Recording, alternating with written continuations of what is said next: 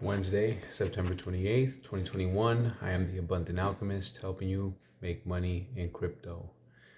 Start off by saying, please do not take this as financial advice. Do your own diligence and research. Please like, share, and subscribe. I do have links below to check out.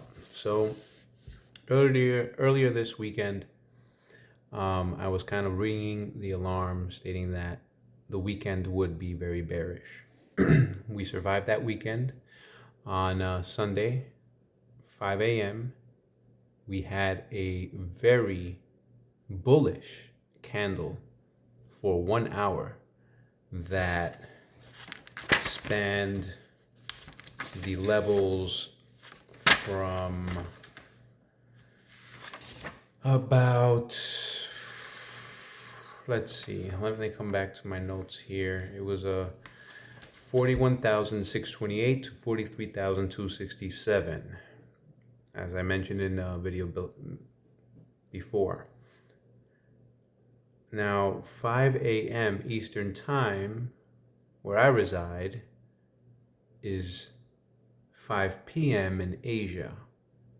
So it is my belief that the Asian investors were the ones that made that spike go up. So that is what saved us from not closing below 40.7 thousand for the week, which would have been devastating. Had that 1 hour and those particular investors not bought in and moved the price from 41,628 to 43,267, the inevitability that I saw happening that on the weekend would have already happened. Now you could say, okay, we're talking about what ifs, but these people did purchase for that hour. Okay. But if you zoom out, when in doubt, zoom out. Look at the bigger time frames.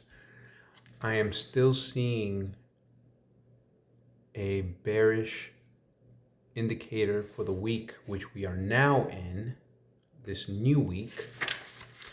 And further, Bitcoin is currently at about 41,000 and change. It's 7 a.m. in the morning Eastern Time.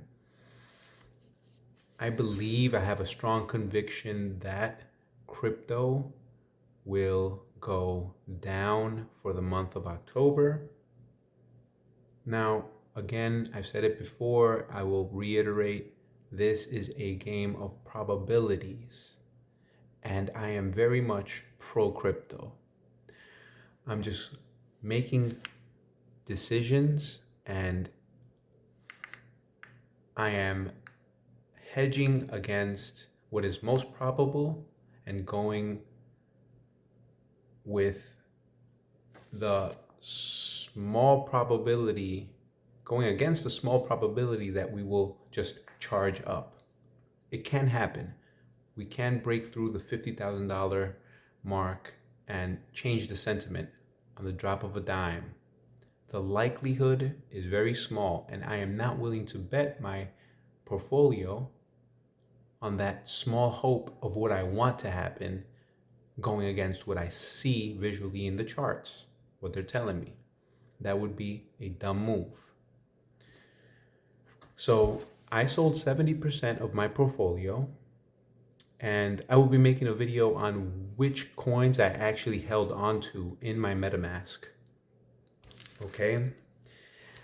And what I want to do here, now that I got that out of the way, is go over the list of coins that I am very much interested in getting into at fair value.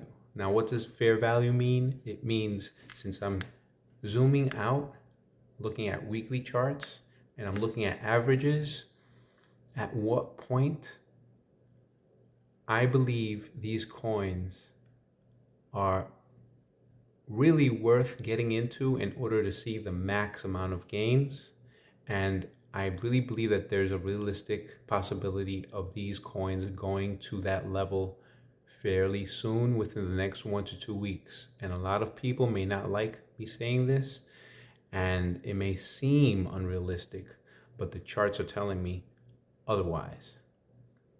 We forget that this market in crypto changes very quickly, moves very quickly. And we forget that just a couple of months ago, we saw a huge dump, and we are not now recovering from, but we have yet to see the levels at which we were before. So it seems like it's pretty much a bull trap, meaning we were up here, we came down, and now because we are here, you have the belief that we're going back up. But what's really happening is you're hoping, and then it's going like this, and you're saying, I have too much at stake. I won't let go. I won't let go. I won't let go. And then it comes down to here, and this is where I'm getting in order to ride it back up. Hey, not financial advice. I am just a balding man. And you could do what you wish with this information. Do your own diligence. Connect the pieces. Now let's get to it. Which coins am I very bullish on, and what are the prices that will cause me to enter back into the markets? Avax Avalanche, which is a layer 1 coin. I'm looking at anywhere between $25 to $40. Now I'm going to tighten up that number by scrutinizing the charts even more, and I'll probably do the same with all these other coins. This is like the first draft. Polkadot, another layer 1 solution. I'm looking at price points between $14 to $20. Bitcoin, I am looking to buy in at about $35,000. Ethereum, I am looking to buy in between $1,885 and $2,000. Binance Bnb Coin, I am looking to get into Binance between $255 and $285. And a large part of it is because I am very intrigued by Binance Smart Chain. Look into that. That's a decentralized exchange, DEX. Algorand, and there's a story behind this one. Algorand, I'm looking to get into Algorand between 80 cents and $1.30. Cardano, I am looking to get into Cardano between $1.05 and $1.50. Digibyte, I am looking to get into Digibyte at 0.035. Now, rumor is that Algorand will do the same type of price action movement that Solana did.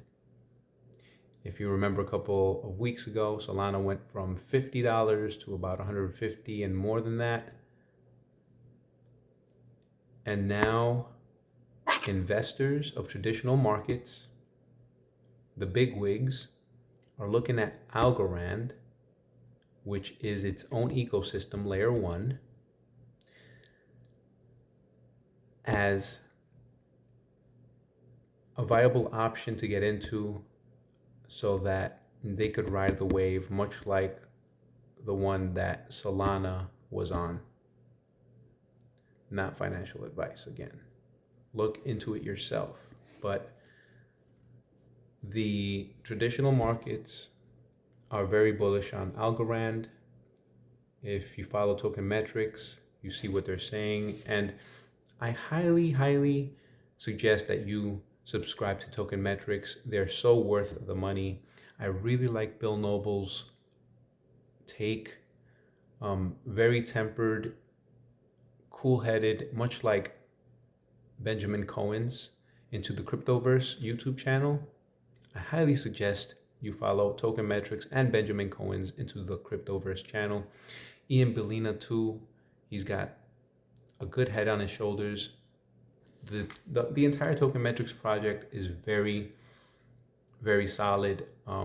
They're using quant technology, AI, in order to give you guys top picks of what could be doing very well soon. And Algorand is actually showing up with an 80% grade, similar to the grade that Solana received before it did what it did. So what I just did also with Token Metrics, because I believe in them so much, is I took $100, not much money, but I invested into their crowdfunding because they're set to go public soon, and they got the permits from regulators, and I'm very excited, and I hope to invest a whole lot more in that team. They're going to be around for a long time, and they are going to be, I think, worth a lot of money and worth just a lot as a resource to the crypto community as this moves forward. And they also have a book for sale, which I purchased last night. I may not learn much from it, but I just kind of want to have it as a collector's item. I ordered the paperback by mistake. I wanted the hardcover. Oh well, that's fine.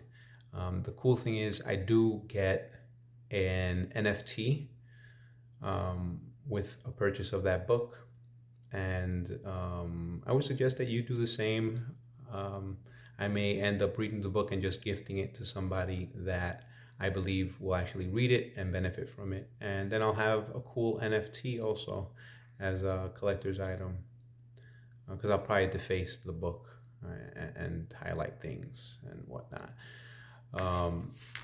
So yeah, as a side note, I'm not sure if you guys are aware, the Fed chief has been caught insider trading, and nothing's going to happen because the wealthy in control of our monetary system don't get caught, don't get reprimanded and face the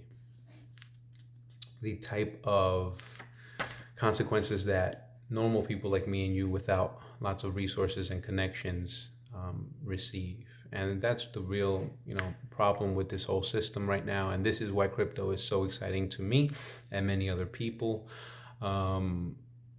If you are into traditional markets like the stock market, I believe there's still money to be made. Gregory Mannarino, he has a channel on YouTube, and he has created a risk gauge calculation, which pretty much you take a look at the Dixie, right, which is the dollar DXY, and you multiply it by the 10-year yield, which is how much money you get from investing in the country for 10 years, and you divide that by the number of 1.61, which gives you a number, and depending on what that number is, between 50 and 400, you'll know whether or not to place your money into riskier bets or more conservative bets. Right now we're between 85 and 90, which is very low on the risk chart, meaning that you can be more risky with your money. Once it starts getting to, I would say, over 200, once that number gets over 200, maybe you want to start being more diversified into more conservative investments that may not give you as much yield, but will protect that money.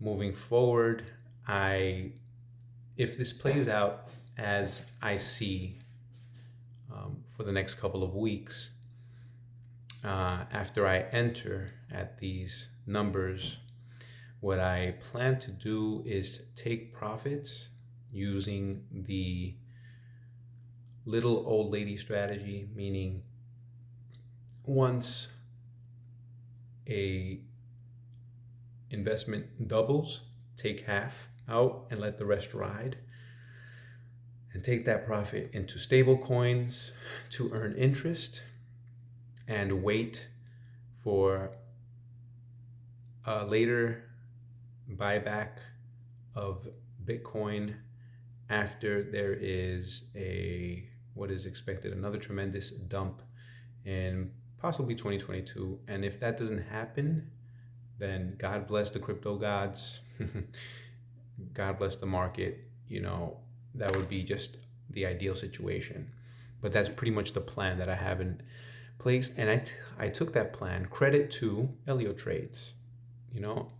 I spend a lot of time researching, reading, and also watching YouTube videos so that I could curate and pass the information along to you guys. If you guys appreciate me taking the time, don't ask for any money, and I will never ask for any money in the comment section unless I have something of value to sell to you in exchange for your money. But other than that, please be aware of scammers with stories and comments below. Take a look at the links below. I have resources that if you utilize and benefit from, I do get compensation for, so I would highly appreciate that. Please like, share, and subscribe. Hit the like button, hit the subscribe button, and follow me on Instagram at The Abundant Alchemist. I'm working on the DLive account. I haven't had time, but I'm going to surely figure out how to work out some way to convey certain things that I have in mind without being censored. Peace.